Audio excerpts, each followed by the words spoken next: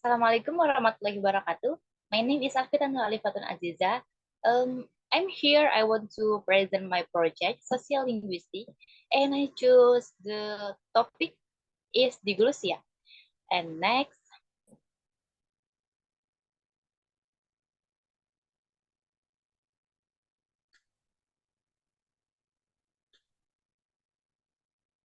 diglossia is the term diglossia was first used in French. Diglossia, which was absorbed from the Greek. Bilingual by the Greek linguist Leonis Piscaris Arabic language. William Marchais also used it in 1930 to write about the language situation in the Arab world. Diglossia adalah bahasa yang variasi dalam keseharian masyarakat, perbedaan antara ragam formal atau resmi, dan di ini slide 3 ya? Iya dong. Berarti iya. Iya, berarti aku di sini belum belum ngejelasin. Sorry. Ulang dari awal lagi. Maaf ya, Ki.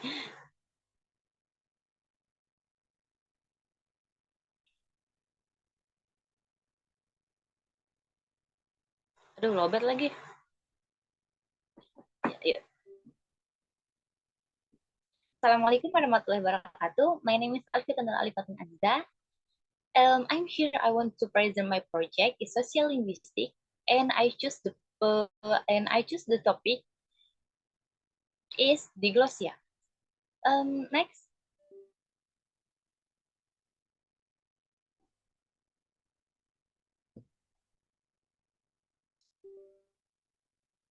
The term the term diglossia was first used in French. Diglossia, which was absorbed from the Greek, bilingual by the Greek linguist Leonis Piscaris, Arabic language.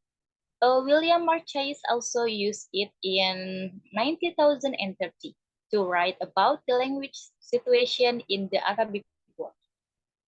Next.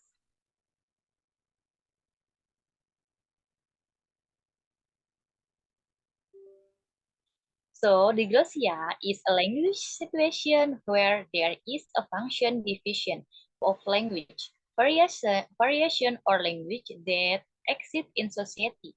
What is mean is that there is a difference between formal or official and informal or non-formal varieties.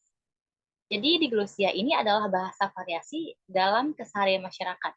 Perbedaan antara ragam formal atau resmi dan informasi atau non-formal. And next, characteristic of diglossia, there are three. The first, literary heritage, is cultural heritage provided by a literary work that include tangible or intangible element and traditional language. So the second, morphology, is science of word form, is a branch of linguistic form word forming units as grammatical units. So the last, standardization is the process by which conventional form of a language are established and mindset. Warisan budaya dari suatu karya sastra yang berkaitan maupun tidak berwujud dan tradisi bahasa. Morfologi ini maksudnya ilmu tentang bentuk kata salah satu dari ilmu linguistik, gabungan kata sebagai satuan gramatik. So, yang terakhir proses pembentukan kebahasa konsesional. Next.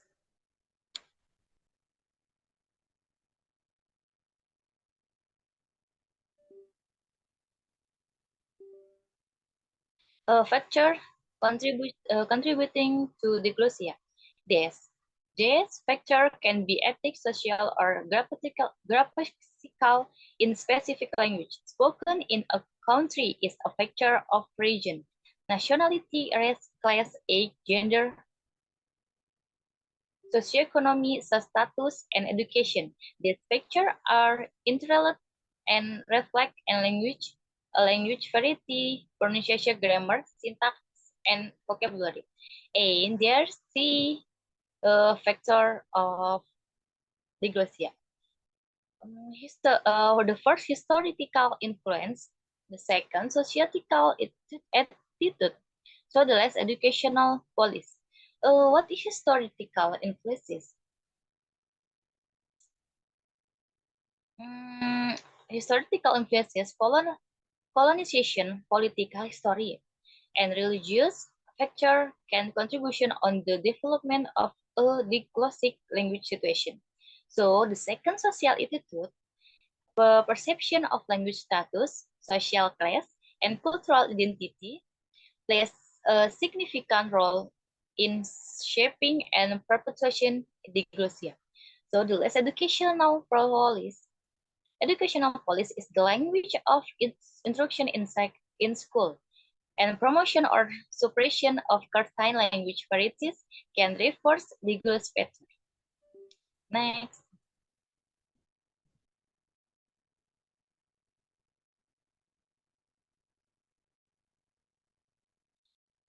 So impact of diglossia on society. There are three. Language inequality, so cultural identity conflict. Next, language shift and attrition. Language inequality is diglossia can lead to unequal access to educational, employment, and social mobility, favoring a speaker of the high variety. So next, the of distinct language varieties can contribute to tensions and a sense of cultural fragmentation. So, the less over time, the low variety might become marginalized, leading to decline in it use and even language loss. So, next.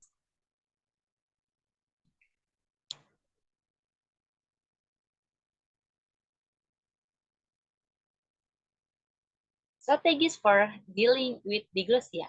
Nah, language planning is developing plays that from language quality and standardized language use and support the maintenance of both varieties. Hmm, Sebenarnya masih ada lagi yang bagian-bagiannya lain, dan bagian-bagiannya lain itu adalah developing policy the promote language equity, standardized language and support the maintenance of both varieties. Lah, ini tadi udah gue sebutin ya.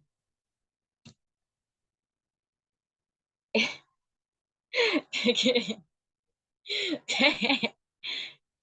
Tadi dulu. Why?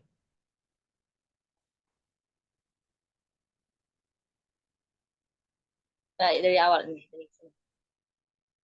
Berarti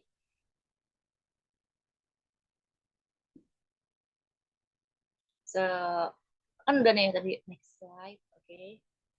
Strategies for dealing with diglossia.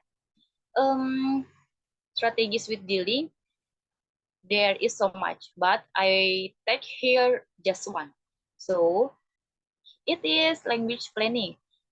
Language planning is developing plays that promote language quality, standardized language use, and support the maintenance of both varieties.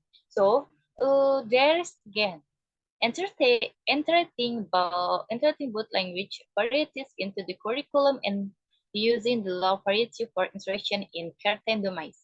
So, fostering a greater understanding and appreciation of language diversity, challenging language biases, and empowering speaker of the low variety style shifting. And now we are enter in topic 2 is style shifting in social linguistics. Next.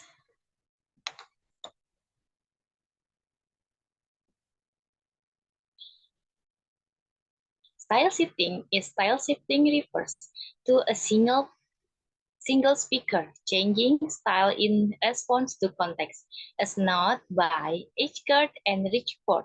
In sociolinguistic literature, in terms style and register have sometimes been used interchangeably. Also, various connotations of style are a subject of study in stylistic. Style shifting adalah pergeseran gaya bahasa mempengaruhi pada perubahan gaya sebagai respon terhadap konteks. So, pergeseran bahasa digunakan secara bergantian sebagai konotasi yang menjadi kajian stilistika. Next.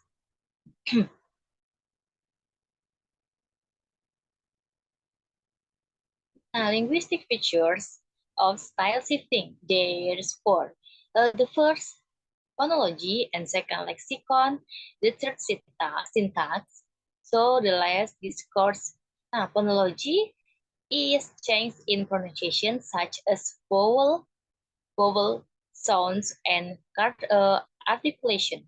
So the next, locution. Locution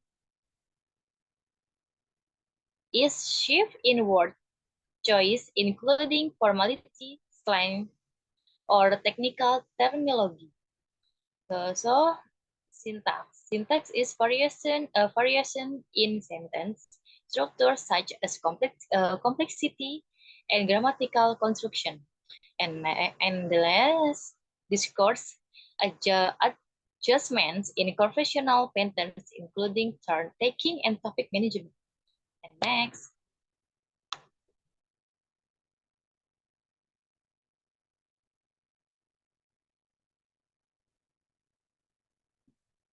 Factor influencing style shifting. Factor influencing style shifting is style shifting correlates strongly with the amount of attention applied to speech, according to studies conducted by Labov. This was one of the single most important factor determined whether or not an interlocutor would make a style shift.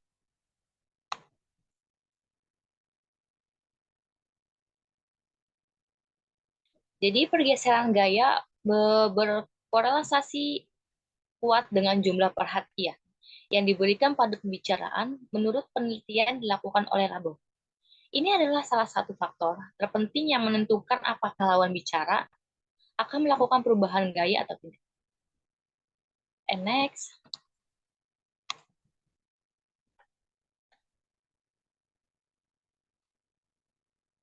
Nah, this is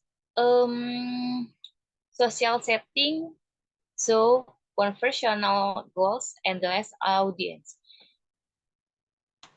Ini adalah lawan bicaranya, lawan bicara kita pada saat kita melakukan pembicaraan kepada orang lain. Yaitu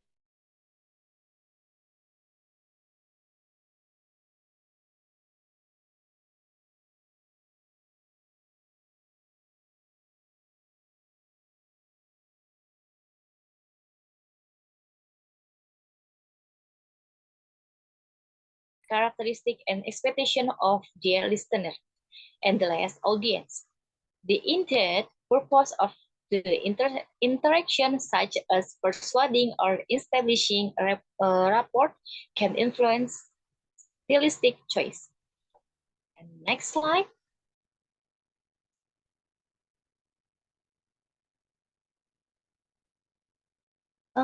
Audience design. Speaker tailor their dialect to the scene characteristic and the series of their group of onlookers. Jadi di sini menyesuaikan bahasa dengan karakteristik dan keinginan kelompok pendengarnya.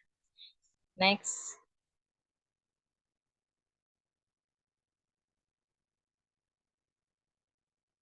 Communication accommodation.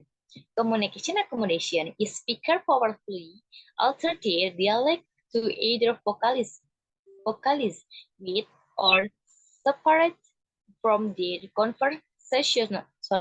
conversationalist. Communication accommodation ini adalah mengubah bahasa untuk memusatkan perhatian atau memisahkan diri dari lawan bicara. Oke, next slide.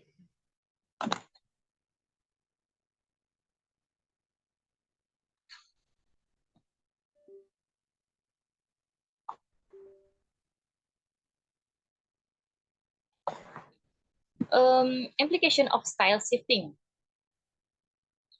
Implication of style shifting is therefore, ya.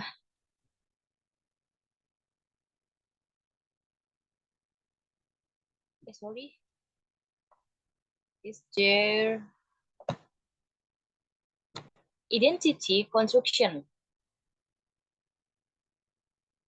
Identity construction is style shifting allow individual to project different social personas and negotiate their identity.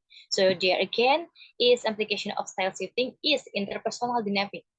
Interpersonal dynamic is accommodation language style can foster rapport, trust, and effective communication. And the last, societal perception style is shifting can influence how speakers are perceived and evaluated by others. And next. Okay, thank you. That's my project now. And Assalamualaikum warahmatullahi wabarakatuh.